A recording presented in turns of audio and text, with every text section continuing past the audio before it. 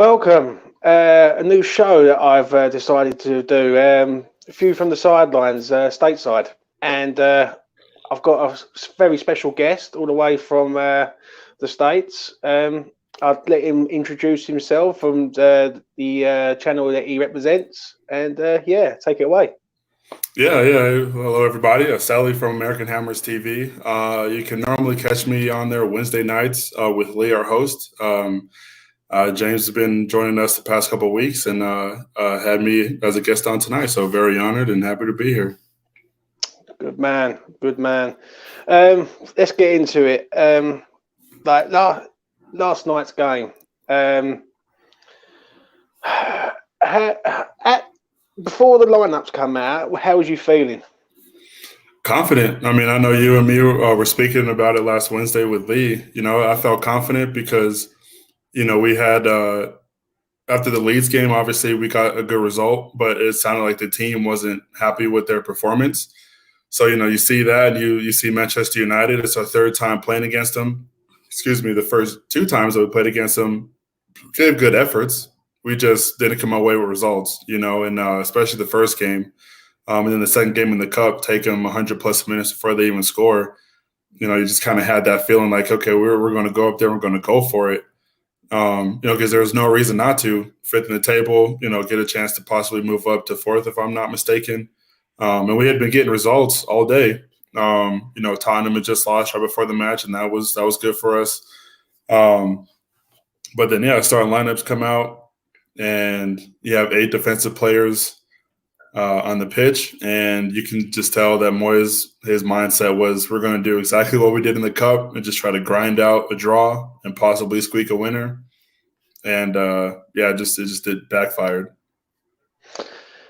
I was so disappointed, if I'm honest. Like especially when it comes to like West Ham, and I want us to be on the front foot and not be defending. To me, that was set up like we was in a relegation battle and we was fighting for our lives, and a point was like basically it's like a bonus point, if that makes sense. Like obviously you see the lineups. What did you think of the first half? First half, it went how I was expecting it to. Kind of like both teams filling each other out.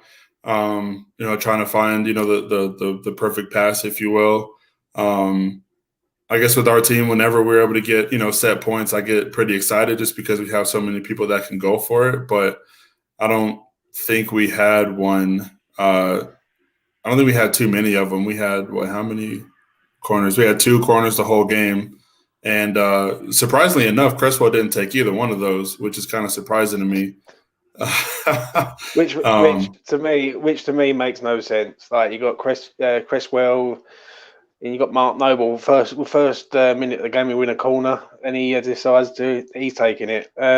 Yeah, I know, mate. I weren't impressed with that play at all. How can I? Like, we get to the second half. We're all we're still in the game. Well, we ain't out of the game. We've managed to stay in the game. Man United hit the post. They've had chances.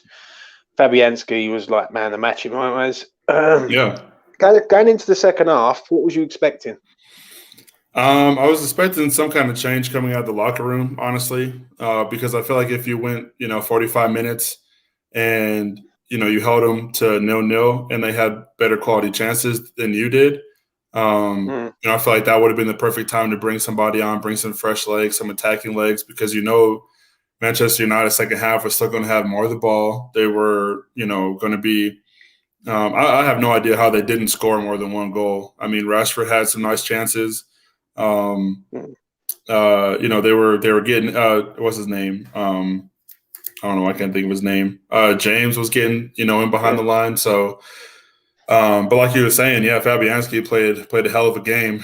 The only goal that went against him was one that he wasn't expecting to go to get in. So, but once we did make those substitutions, we were playing great.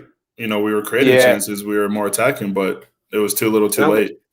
And I'm going to get to that now, right? We can see the goal, and then on the 60th minute, he brings on Lanzini and Ben Rama.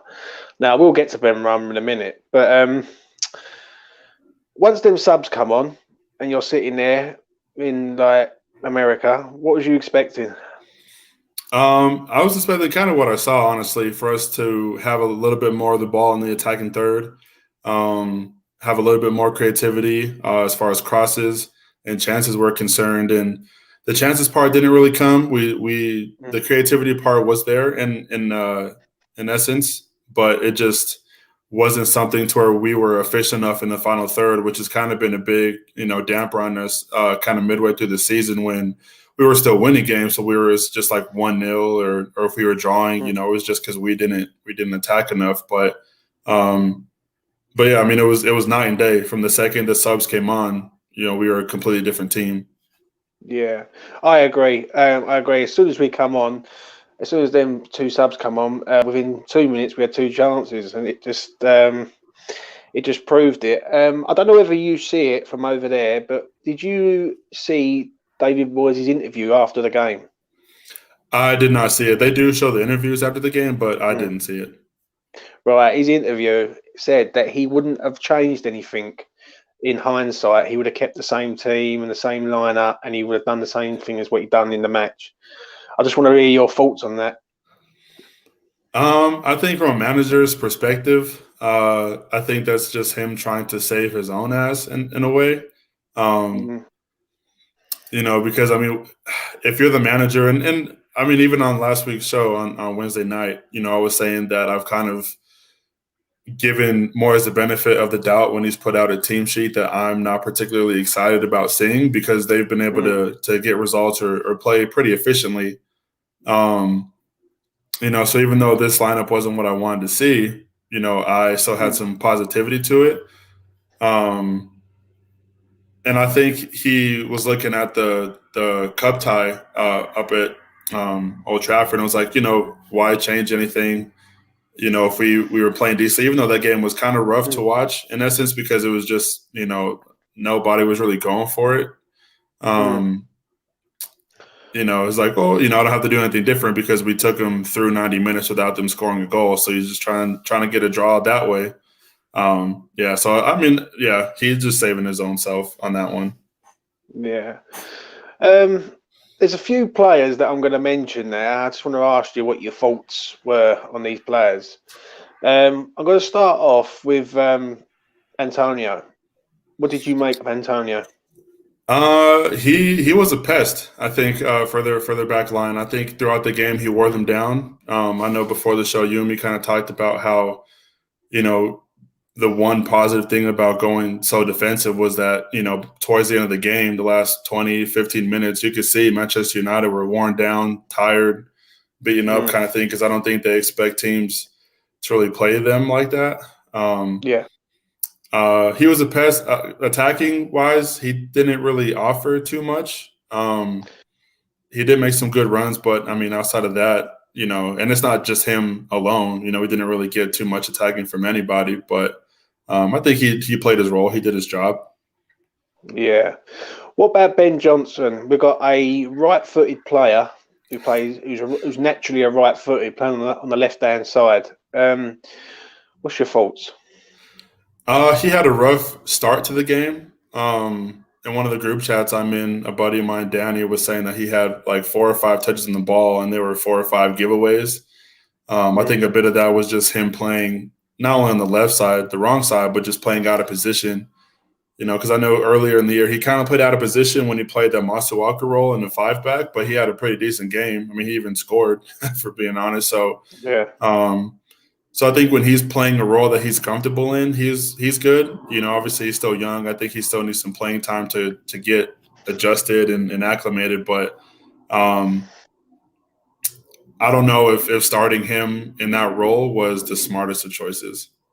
Yeah, I totally agree. I think, me personally, I think the lineup was wrong and the personnel was wrong. And now I'm going to get onto the man that should have been in there, if I'm honest. Right. We go to Manchester City a couple of weeks ago. We watched West Ham play probably arguably one of the best away performances and be very proud of our team. Even though we lost, we was very proud to play against Manchester City and we lose the game 2-1. We then play Leeds. We don't play well, but we get the win. And the win is ugly. at best, but we accept it because we've got the W, and that's what it's all about. Right. Now, I would like to ask you, what did you think Moyes was thinking to go back to such a negative mentality when we've been playing very positively? I don't think he would have seen it as a negative mentality. But I think, like I said, he was just looking at what happened in the cup time, was going for that. And I think he deliberately didn't play Benrahma and Lanzini to start because I think he wanted to bring them in when he brought them in to add an injection to the game, because at that point, I honestly don't think he was expecting to be down. But I think he was expecting to bring on some fresh blood, some new legs, some good distributors. Obviously I know Benrahma hasn't scored for us yet, but obviously we know what Lanzini can do with the ball at his feet. I think he was thinking we'll bring them in the last 30 minutes, press them, and try to get a goal, a winner, or something like that. So I think what happened as far as personnel-wise is exactly what he was going to do, regardless if the score was 1-0 them, 1-0 us, 0-0, whatever. So I think he executed his game plan, but it just wasn't, as a fan, it just wasn't at all what you wanted to see. Yeah, I totally agree. I really do. I couldn't agree with you more, mate. On regards of Benrahma, I'm going to ask you a question. I've asked every person that I've done videos and content over the last, say, 24 hours, and I've asked everyone the question. Does Moyes trust Benrahma? I don't think he trusts him, only because I don't think Benrahma is that good tracking back right now. I think if he was a little bit better defensively, I think he, would be a shoo-in for every starting 11. But I think that's probably the biggest thing. I think that's a big reason why he didn't play Bowen a lot at first, was because Bowen was more so just one direction, one-dimensional. Go forward, go for the goal, even if there's an open pass. So I think it's a bit like that. As much as Moyes talks about wanting to get championship players, I kind of feel like he doesn't necessarily trust them. I wouldn't necessarily say that same thing for Dawson, just because there was no need for Dawson to be starting at the beginning of the year when we had our ideal center back pairing. But, he has an eye for talent in the championship. Obviously, we've seen that everybody he's brought in through there has produced, and even Benrahma. When he starts or when he comes in as a sub, he makes an impact. His presence is felt. Now granted, him not tracking back might be a deterrence for Moyes, but it's one of those things to where overall we're a pretty good defensive club, right? And I think his ability to create going forward is something that you just bite the bullet for going back, I think, in my opinion. So I don't know why he doesn't play him more. I can't work out what this boy's got to do to sort of get a starting role, if I'm honest. Like the last 3 games, if we go back to the last 3 games, right, including last night, I will even go back further than that. We go back to the beginning of February. We play Fulham, we play Villa away, Aston Villa. We win the game. Benrahma tears it up. Right. Plays well, we win the game. We go to Fulham. I will hold my hands up on this one and say that Benrahma didn't play his best game. He come off after 55 minutes. Sure. And Bowen was no better, really. Right. Then we play Man United in the FA Cup. We go to Old Trafford. He comes on the 87th minute, which to me is not acceptable, really. If you want you want your attack players on as soon as, really, right? We then play Sheffield United at home. He comes on again on the 80th minute plus, right? So he's getting like the final 10 minutes of the game. He makes an assist for the 3rd goal. It's a good assist. He gets that. We then play Spurs in a derby game, which is a big game for us, right? Yet again, he's a second half sub. Comes on. I think he come on in the night. I can't remember what minute he came on. I think it was in like the 70th minute or something ridiculous. Right, yeah. And then after that, we go to Manchester City. He comes on the 77th minute, and he plays 12 minutes of the game to try and save us again. Then he plays Leeds. He gets a start. He gets 72 minutes. I thought he was man of the match against Leeds. For me, I thought with him and Dawson together, it was close. I thought Ben Rama, he won the pen. He made the penalty with Lingard, and he assisted, like semi-assisted the second goal because he had a shot, went out for a corner. Corner comes in, we score. So you can look at it like that. And then last night, yet again, he's sitting on the bench again, and he comes on 60th minute. Right. I don't know about you, but I don't know what more he's got to do. Like, I don't understand what he's got to do to get in the starting lineup, if that makes sense, and hold it. Like, what do you think? Yeah, no, I mean, the question definitely makes sense. I think kind of with the time frames that Moyes is bringing him on, I think he's trying to force feed him into being like that super sub. Obviously most of the games that he's been in, the team has had a lead or has been playing well up to that point. And I don't say up to that point to when like he comes on that we start playing bad, because it's definitely not the case. But I think especially when you look at that Villa game, the connection that you see him and Lingard have instantly after Lingard's only been here for like 2 weeks, maybe like 10 days or something, that's something that you see like, okay, those two have to start every game from here on out. You're playing for not even just European football, you're playing for Champions League football, and those two, their connection was just, it was amazing. That's a big reason why we won the game, because I think, Ben Rama set Lingard up for both of his goals, honestly, and they're both just quick. They're twitchy. They both have a really good vision. I think that's the word I'm trying to use. Yeah. But yeah, I mean, and then like you said, he comes on, and half the time he comes on, he gets an assist, or he comes on and he has a couple really great plays where you're just looking at it like, why hasn't he been on the entire time? Especially when we're thin in the position. You have somebody that talented, obviously to include Lingard, why aren't those your two, especially if we're playing a one striker system, why aren't those two always on the field? I mean, you gave him the number 9 shirt for, so why nobody sits at number 9, so that is kind of a head scratcher. I don't get it, but it definitely needs to change if we're going to get results. Right.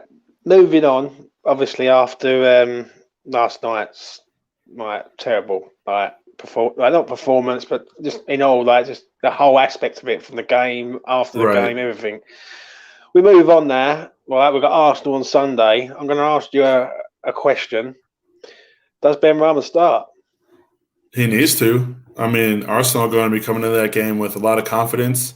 I don't know if they have any European games before then or not, but they play Thursday at home against Olympiacos, but they're as good as through, so I can see them putting out like a second string team.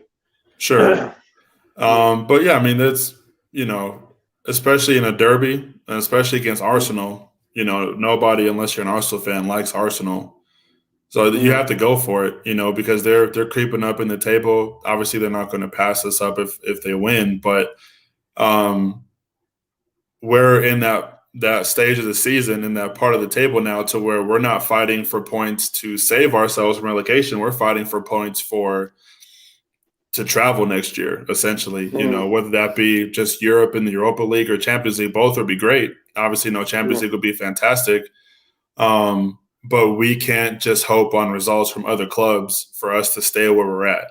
We have to dictate the terms. Just like last week, getting that win for us was huge, because what was it, a couple of seasons ago, or it might have even been the Bolin season, we're fighting for Europe, and every chance we get to go 6th or 7th, we mess it up. We don't win. Yeah. We lose to some pretty shit teams. And I don't want that to be a repeat of this. Now, I think the difference between those two teams is that this team is incredibly motivated, and I think they're playing for each other. I don't think that anybody's going to be too thrilled coming away from that game in Manchester. The manager, I would imagine, to be included with that. But you have to go for it. You have to play your best players at every position. And because, like I said, they're going to be coming in with confidence. And especially if they're playing Thursday and they're going to be playing a second-tier squad, or if they're going to put out a second-tier squad, you have to go for it. If not, then that's when you're going to start seeing a little bit more, not hate, but like resentment towards Moyes. Like, we're doing so good, and that's a game that we lost earlier in the season that we should have won. We played well enough to win, and we just let it go. And it's not like Arsenal are world beaters right now. They're vulnerable. Yeah. And then that's a big reason why Tottenham lost. Tottenham didn't go for it. Do you know what? I couldn't agree with you more. It's I think this game has turned into a big game now. Whereas if you'd have asked me this game last night before the match, I would have said, well, I'm not really worried about the Arsenal game. Now, this game is massive, because if Arsenal do win this game, they're 4 points behind us. And from a team that we could end up being 10 points clear of if we win, they could be 4 points behind. And, it's a big game. I think this game's just turned into a big game, if that makes sense. So you've got to go out with a positive mentality. But I'll ask you this, and I've got a couple of comments in the comment section that I asked you and all. Do you think this is going to dent morale now, though? Obviously, after the performance and all last night, because it was poor. I don't think it'll dampen morale, because even though the lineup and the mentality from the manager going into it wasn't the greatest, I still think the players played well. I think. Even though, like we were saying earlier with Johnson, playing out of position, didn't have his best game, anything like that. I think, it was unfortunate, and is very much a West Ham thing to happen that Dawson, one of our best players since he started playing for us, is the reason that we lost. It's unfortunate for him, unfortunate for the club, but, I think they'll look at that and look at it like, we didn't let them score against us.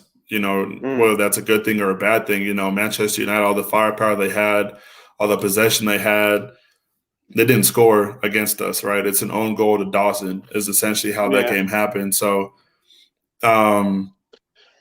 if we set up like that against Arsenal, I would be nervous if we set up like that against Arsenal and lose, because I think maybe then is when you're going to start seeing some tension build up, because that'll be 3 games now where damn well the players aren't happy with the performance they gave yesterday. You don't want that feeling 3 games in a row, right? You don't want 3 points in 3 games, because that's, especially at this part, because we're not fighting to stay middle of the table. We're fighting to move up as much as we can. But at the same time, I think Lingard being back will be a boost. I don't see why he doesn't start. And honestly, if there is a world where Ben Rama and Lingard start this game, I'm going to be very confident, because Arsenal are extremely vulnerable in the back. I'll tell you what I want to see. Right, this is what I want to see. Yeah, I want to see Ben Rama, Bowen, Lingard, and Antonio as a 4-man attack. That's what I want to see. I understand it. I don't know whether you agree, but I understand with the work rate of these players, Fornals, Bowen, I get it. But sometimes in life, you've got to go for it. Like, this is 10 games from glory in my eyes, because as I've said it before, West Ham won't be there next year, because we just haven't got the financial backing or the players to do it. Like, we're not a Man United, we're not a Chelsea, we're not an Arsenal. Yeah. They can go and throw 60 million at one player, and that's our net budget. Do you know what I mean? So, City had like £500 million on the bench when we played them. Like, nobody has that. Yeah, so that's what it is. But listen, I've got a couple of comments from a couple of people here. I just want to ask you this one: which American players do you think West Ham should keep an eye on? Honestly, I think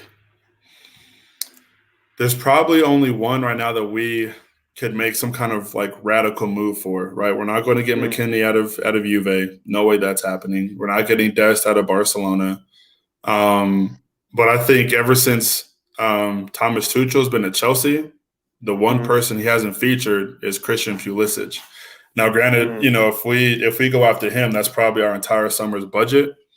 But if he's somehow turned out of favor over there, why not go in for him? How good is Christian? I think when he's healthy, and that's the biggest question, because he could easily be like a next Antonio, right? He could come in for us and be great when he's playing, but every 6-7 games, he could hurt himself, because that's a big part of his of who he is right now, is just he's injury prone. Now, granted, he's probably because he's getting used to the physicality of the Premier League, because I don't think he was too injury prone when he played in Germany, but you're really only playing like 3 teams in Germany anyways. But I think he could be great, whether that be at Chelsea, whether that be Dortmund, wherever. The guy, he brings attention wherever he goes. He has a huge fan base. Obviously, any Americans who follow the game closely will watch him just to see, how he does. But I think he could come in. Him. You have an attacking lineup. Him, Lingard, especially if Lingard comes back, because he's expressed to, and Benrahma, that's deadly right there. Your 3 players. Yeah. He's got pace. He's got attacking ability. He's already got a hat trick in the league. So I think he could be a boost. Now, granted, this is just hyperbole. I don't think he's going to come. I don't think we're going to go for him. But I think out of all of them, especially if he's turned out a favor at Chelsea, he'd be probably the easiest one to get. And honestly, the backup keeper for City, Mendy, he's American. I wouldn't mind going after him. Why not? Yeah, we can all dream, mate, but knowing us, we get like some bloke from Barnsley, I was like. Right, yeah, exactly. Do you know what I mean? I got a question from Darren. This is what he said. He said about I think this is regarding Benrahma. He said he has got to start and play a full 90 win, lose or draw. Basically, he's got to play 90 minutes.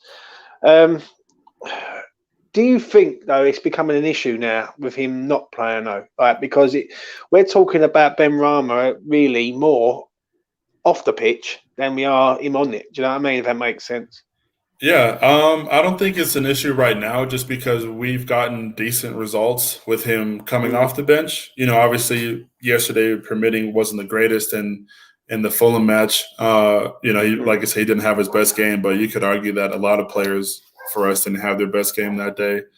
I think it'd be an issue if, like, let's say whenever he started, we would win. And then when he didn't start, we would lose or draw. I think maybe that would be like, why wouldn't you play him type of stuff. But the fact that we've gotten wins and he's a sub more so than we've lost with him being a sub, I think is probably why there wouldn't really be too much of an outcry. Now, one thing that I really can't wait to see, because I know it's going to happen before the season is over, is just the pure excitement of the celebration when he finally scores. Because it's going to be probably a worldie, honestly, with the ability that he has. But no matter how he gets it, it's going to be nuts with those guys. I agree there. I agree. I think he's trying too hard. I think that's one of the reasons. I think he's trying so hard to score, and when you try so hard at something, it always goes wrong. Do you know what I mean? It's not natural, is it? You just got to go with the flow, basically, and it'll come. Do you know what I mean? And I think what it is, the fan base is very split from what I'm seeing. Like, some people like him, some people think no, he's not good enough, and I think that's just the reactionary of the West Ham fan. Let's be honest, when Craig Dawson turned up, no one was happy, apart from like a small minority maybe saying, you know what, let's give him a go. But yeah, he's turned into a revelation. Before we wrap it up, I'm going to ask you if you could pick your hammer of the year right now with 10 games to go, who would it be and why? Souček for me, honestly. Dude's got a motor. He's all over the place. He plays for the badge, plays for the mates. He's our leading goal scorer right now as a center defenseman. So he's a set piece killer. One of the best defenders in the league in the air for aerial duels, stuff like that. And you could tell just by how he reacts to goals and losses and players getting hurt that, like, he genuinely cares. Not saying that there's anybody in the club who doesn't, but he's the prototypical West Ham player. Like, he is what you want to put on the jersey. Gives 90 minutes. He's only missed one game because of a fluke red card. Or not one game. He's only missed 1 minute because of a fluke red card for the league. So I think, he's definitely got to be up there. I think competition is probably as close as it's ever been because you could, say Rice could go in there. I think if Dawson played the full season at the pace and the level that he's at now, he could be in there. I think same could be said if Ogbonna was healthy the whole season. But the one thing I will say is I don't know if it's necessarily a great thing that all of our candidates are defensive players. Not taking anything away from defensive players, but do you know what? That's actually a really good point. Do you know what? I actually didn't even think of that. Yeah, you can look at that two ways. You can look at it and say, well, we've been really good defensively and they've played well. But do you know what? That's actually a good shout. All our hammer of the years are all defensive players, and it says a lot about our attacking threat. Do you know what I mean? I agree with you with Souček. I think Souček's been top class. I think both the Czech boys have been top class. I think I like Kofal. But yeah, that's actually quite a good point, mate. If I'm honest, if I'm being truthfully honest, I think when you're looking at when you are looking at a hammer a year, you don't really look at defence. You look at attack. Do you know what I mean? Right. Yeah. So yeah, that's actually a good shout. And I'll say too, that's a big reason why I think people are split on Benrahma, right? Because I'll compare Benrahma to Fornals for a second and say that Fornals, people don't argue about his work rate. That's probably the one thing that they'll say universally, whether they like him or not. But I think the frustration comes into where the fact of like, when you're playing a professional sport, right, you get paid to do a specific job, right? Like Fabianski gets paid to not let goals in. Ogbonna gets paid to pretty much do the same thing, defend and get corner headers, whatever. And Fornals gets paid to score goals, and he hasn't done that. And he hasn't done that in pretty bad ways this season too, right? So I think Fornals that's where his divide in the fan base comes in. It's like, oh, yeah, he has a motor. He'll play all over the place. He'll give you 90 minutes of effort, but he can't score, right, which is upsetting because that's the one thing that he can do. Now, where it comes in with Benrahma is not only has Benrahma not been able to score, but we know that he's lacking defensively. So I think that's where you get a lot of your mix in the fan base too. Is like, well, he's great at one thing, dribbling, well, a couple of things, dribbling and distribution.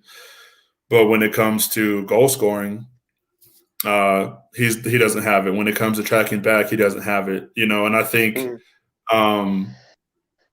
people get too caught up in the little things, if that makes sense. It's frustrating, if somebody doesn't score, obviously, especially if there's like sitters or anything like that. But I think you have to look at the effect it has on the club and not necessarily individually, right? So like we were saying, Benrahma comes in, instant effect. We saw it yesterday. Came in, the team was completely different. Now let's say if Soufal was in and he was constantly getting beat, he wasn't able to stop crosses or anything like that, then there's no way he'd be in conversation for Hammer of the Year because he's not doing the one job he's getting paid to do. If that whole thing makes sense to you, but as Darren said, like he's the final of the season at £5 million is Soufal. But yeah, I don't know. I think we'll be fine moving forward. The club, I think there's way too much camaraderie in the team right now and motivation to want to get to high levels. That even if, let's say, fingers crossed it doesn't happen, but let's say if we do lose to Arsenal, I think it's going to be a damper. Obviously you don't want to see too many losses stack up, but I think that this team has too much of a strong mentality to let it get to them. Yeah, I agree with you, mate. I think to myself, basically, this is the time now. Do you know what I mean? I've just had a few DMs from all your American colleagues, and they've decided to drop in now. But I'm gonna have to charge the phone and maybe do another one pretty soon. But Sully, it's been a pleasure, mate. I've thoroughly enjoyed it with you, mate. And do you know what? You talk a lot of sense when it comes to the Hammer of the Year, like especially on the defensive side. I've never even looked at that, and that's a big thing, really, because usually when you're Hammer of the Year, if you're looking at defender, it says that your attackers ain't really doing much. Do you know what I mean? So yeah. Have you enjoyed it? Oh yeah, no, it's a pleasure, man. I know it's kind of a last minute thing, but yeah, I'm Mm, glad to come on and chat. yeah, West Ham anytime I'm available, man. Yeah, I'll be here for sure. So I appreciate you letting me on. no worries, mate. If you want to just plug your brand and who you are and what you do, and yeah, and we'll wrap it up, mate. Oh yeah. American Hammer CV. We got shows pretty much every day throughout the week. They're anywhere between 7 and 8 p.m. East Coast time in the U.S. I don't necessarily know what that translates to in UK, especially now that we just had Mm. daylight savings yesterday, and I know that doesn't happen in the UK for a little while. But yeah, we talk women's football, pretty much game matches or game reviews, game previews. We have game shows. So if you get a chance, American Hammers TV on YouTube, American Hammers 3 on Twitter. Yeah, give us a like and follow, and let us know if you want to come on any show. Good man. That's the first episode of View from the Sidelines, Stateside. It's been a pleasure, mate. I've thoroughly enjoyed it. You've been top class, and I'm gutted about yesterday, but we move on. Yeah, Arsenal on Sunday, and I will catch up again with you soon. yeah, sounds good. Appreciate it, man. Right, take care, man.